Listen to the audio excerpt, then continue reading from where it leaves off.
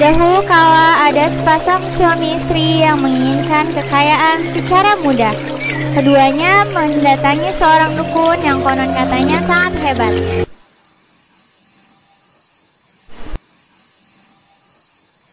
Malam, Mbah.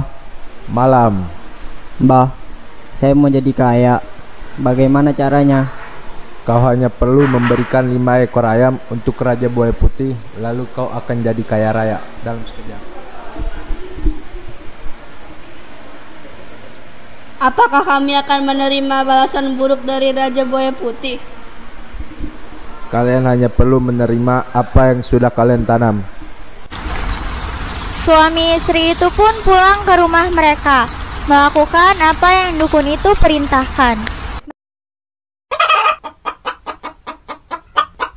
Mereka memberikan 5 ekor ayam dan membuangnya ke sungai di mana Raja Buaya Putih tinggal.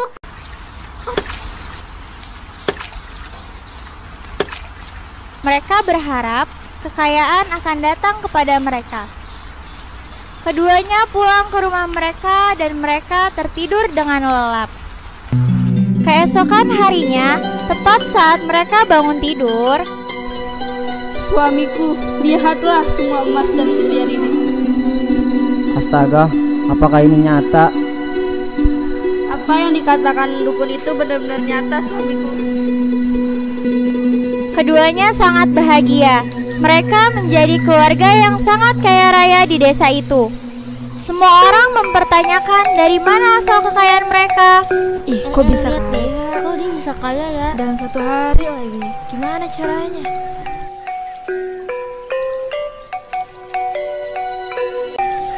Namun, mereka tidak peduli. Hingga suatu saat, sang istri mengandung. Mereka menantikan kelahiran anak pertama mereka. Karena setelah 5 tahun menikah, mereka belum juga dikaruniai keturunan. 2 bulan berlalu, lahirlah anak yang sudah mereka nanti.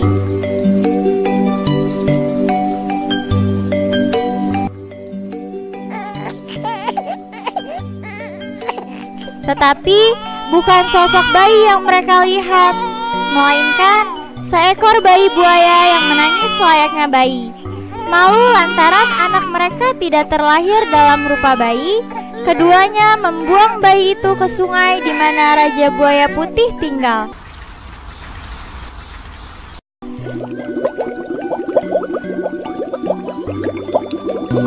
Sampai 100 tahun kemudian, muncullah bencana di desa itu.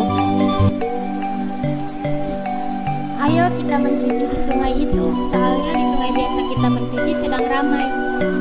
Tetapi, kata nenekku, dulu ada orang yang membuang anaknya yang berbentuk seperti buaya di sana. Lebih baik jangan. Lagian kan sejak kecil sudah diingatkan agar tidak ke sungai itu. Kamu percaya sama cerita itu? Sudah deh, kalau kamu tidak mau mencuci bersamaku, lebih baik kamu pergi.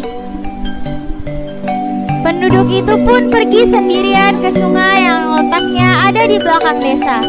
Sungai itu memang masih sangat bersih, berbeda dengan sungai yang ada di tengah desa yang sudah mulai tercemar karena banyak yang melakukan aktivitas di sungai itu.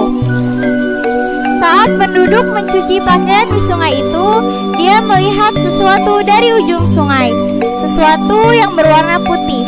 Tetapi dia tidak peduli dan tetap mencuci.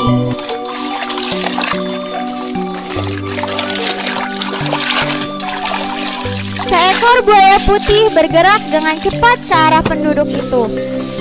Buaya putih itu membuka lebar-lebar mulutnya dan hap!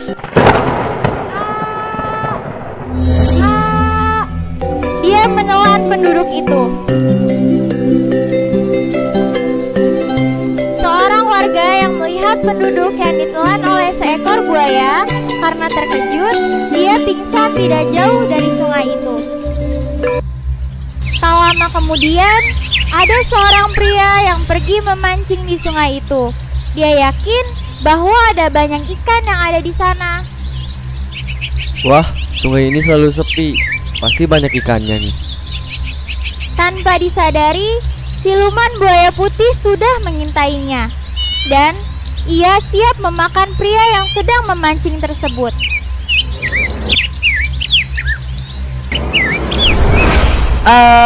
Tolong, selamatkan aku. Warga yang sebelumnya pingsan di sekitar sungai itu terbangun akibat suara teriakan pria itu. Warga itu begitu panik dan berlari menuju desa untuk meminta pertolongan. Tolong, tolong, ada yang ditelan oleh buaya putih, tolong.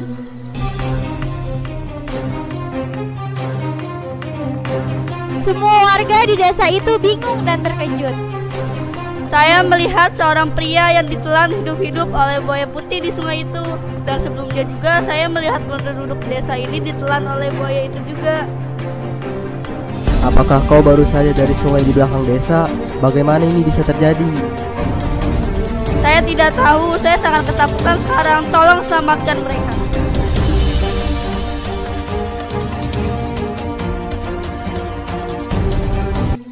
Surya adalah seorang pemuda asli desa itu. Dia anak yang sangat baik dan ramah.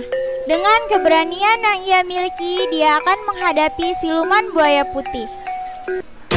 Hei, siluman buaya putih, penghuni sungai Cisadane, muncullah dan lawanlah aku.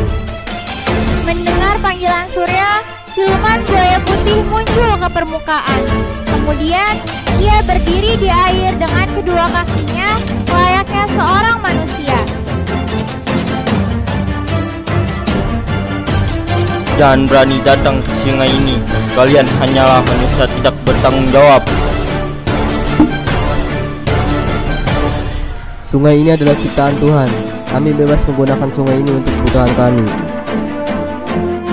Siluman buaya putih marah dengan ucapan Surya dan ia menyerang Surya.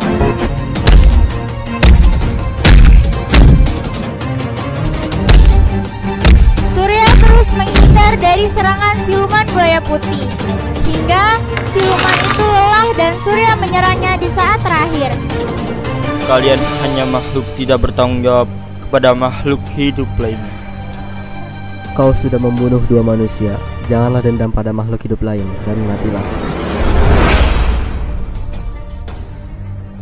Surya menusukkan pedangnya di kepala siluman buaya putih dan buaya putih mati di tangan Surya.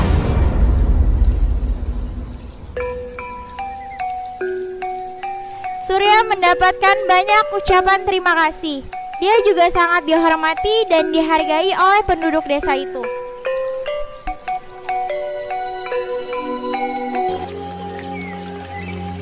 Konon, pendekar Cisadane adalah orang yang melawan siluman buaya putih di bantaran sungai Cisadane. Dikisahkan bahwa dulu ada penghuni sungai Cisadane berwujud buaya yang sering mengganggu warga sekitar Cisadane. Pendekar Cisadane lah yang akhirnya berhasil mengalahkan siluman buaya tersebut. Pendekar Cisadane itu benar-benar ada. Namanya Surya.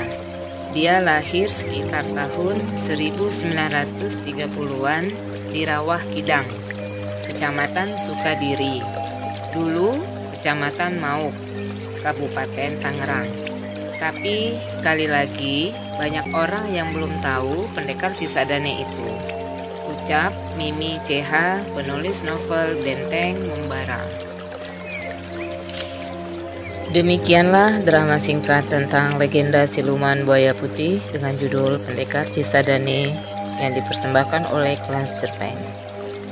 Terima kasih diucapkan kepada Kepala Sekolah SMA Negeri 14 Kota Tangerang, Koordinator P5 beserta sekretarisnya yang sudah memberikan kesempatan kepada kelas Cerpen 10.2 mempersembahkan drama tersebut. Juga ucapan terima kasih kepada seluruh pemain, sutradara, penulis naskah, narator, dan yang lainnya. Semoga bermanfaat. Lebih dan kurangnya mohon maaf. Billahi taufik wal hidayah. Assalamualaikum warahmatullahi wabarakatuh. Sampai jumpa lagi di pertemuan berikutnya. Jangan lupa subscribe, like, dan komennya ya.